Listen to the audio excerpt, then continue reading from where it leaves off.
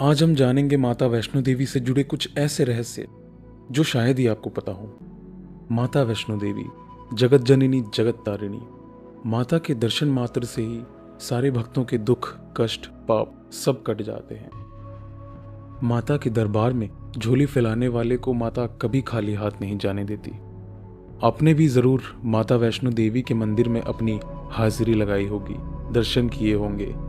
चलिए आज हम आपको 10 ऐसे रहस्य बताते हैं जो माता वैष्णो देवी से जुड़े हैं।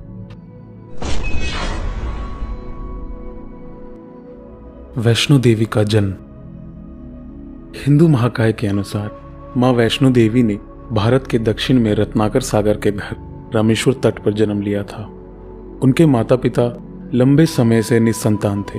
उसी प्रांत माता वैष्णो देवी ने रत्नाकर सागर के घर में जन्म लिया।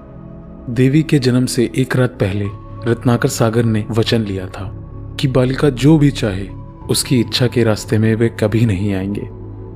मां वैष्णो देवी को बचपन में त्रिकुटा नाम से बुलाया जाता था। बाद में विष्णु के वंश से जन्म लेने के कारण वे वैष्णवी कहलाईं।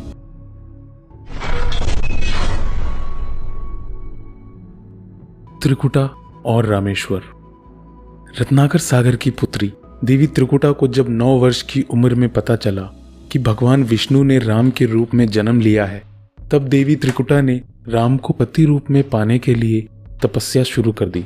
सीता हरण के बाद जब राम और त्रिकुटा की पहली मुलाकात हुई, तब देवी त्रिकुटा ने राम को पति रूप में पाने की इच्छा प्रकट की। तब भगवान राम ने त्रिकुटा को कहा, मैंने इस अवतार में एक पत्नी व्रत रहने का वचन लिया है। मेरा विवाह सीता से हो चुका है, इसीलिए मैं आपसे विवाह नहीं कर सकता। देवी त्रिकुटा ने जब बहुत विनय किया, तब भगवान राम ने कहा कि लंका से लौटते समय जब मैं आपके पास आऊंगा, तब अगर आपने मुझे पहचान लिया तो मैं आपसे विवाह कर लूंगा। श्री राम अपना वचन निभाने के लिए लंका से लौटकर त्रिकुटा के पास आए, लेकिन भगवान राम की माया के कारण त्रिकुटा उन्हें पहचान न सकी। त्रिकुटा के दुख को दूर करने के लिए श्री राम ने कहा कि देवी, आप त्रिकुटा पर्वत पर स्थित गुफा में जाकर मेरी प्रतीक्षा कीजिए। कलयुग में जब मेरा अवतार होगा तब मैं आपसे विवाह कर लूंगा।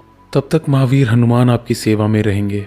इसी प्रकार भगवान राम के आदेश के अनुसार आज भी वैष्णो माता प्रतीक्षा कर रही हैं और अपने दरबार में आने वाले भक्तों के दुख दूर कर उनकी झोली भर रही हैं।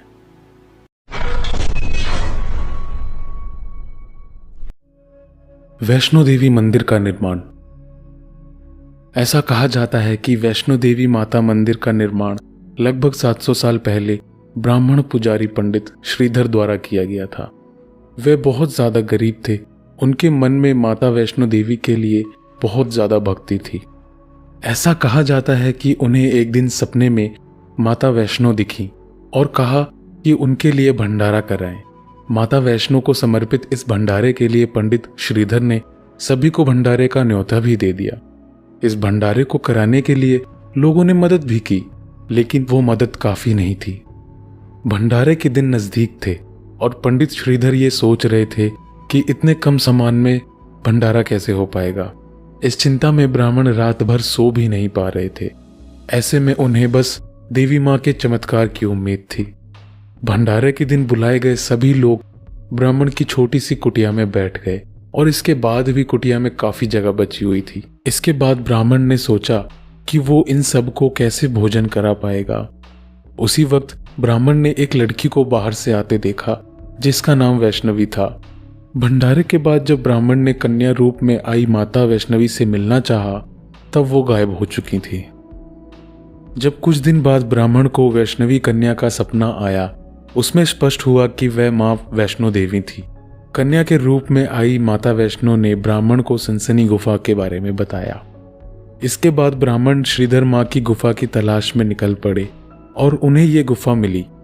तब उन्होंने ये तय कर लिया कि वह अपना सारा जीवन मां की सेवा करेंगे और इसी तरह ब्राह्मण श्रीधर द्वारा मां वैष्णो देवी मंदिर का निर्माण हुआ।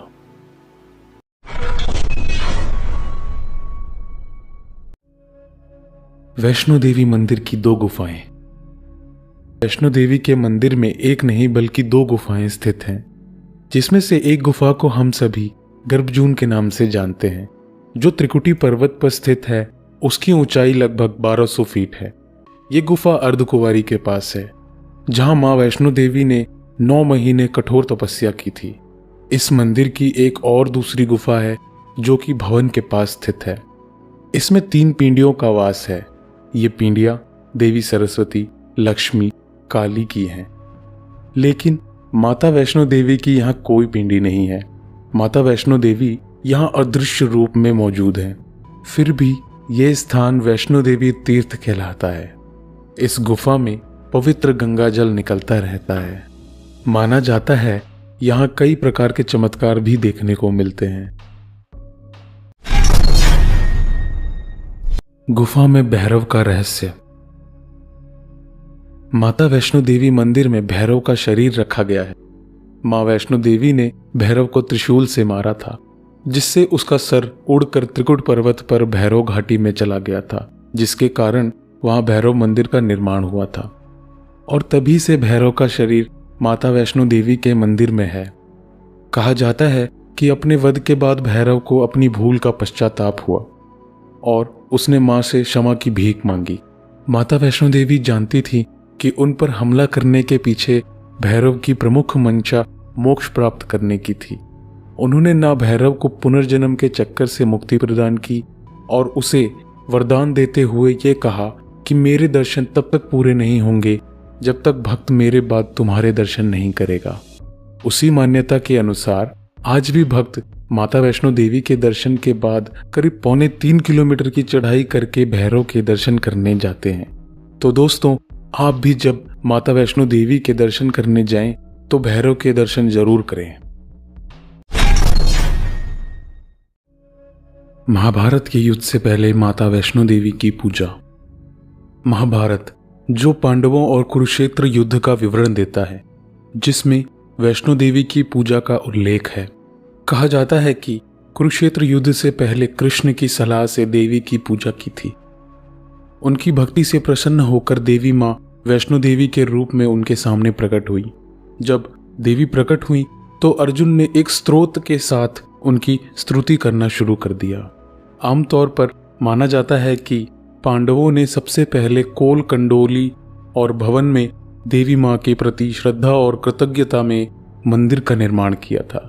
एक पहाड़ पर त्रिकुटा पर्वत से सटे और पवित्र गुफा की ओर मुख किए हुए 5 पत्थर की संरचनाएं हैं, जिन्हें 5 पांडवों के रोग प्रतीक माना जाता है।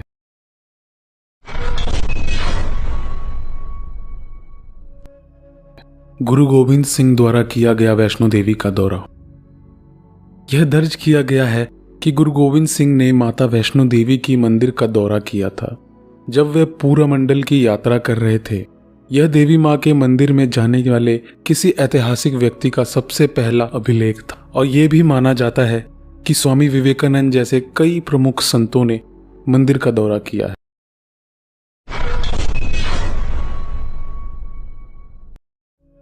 राजस्थान की वैष्णो देवी।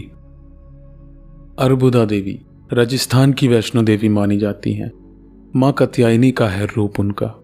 जिले में स्थित राजस्थान के एकमात्र पहाड़ी इलाके माउंट आबू में नक्की झील के निकट ही ऊंची पहाड़ियों में माता का भव्य मंदिर है।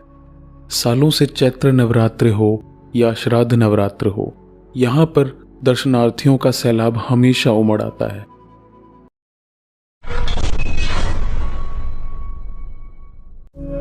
माता वैष्णो देवी मंदिर का रास्ता।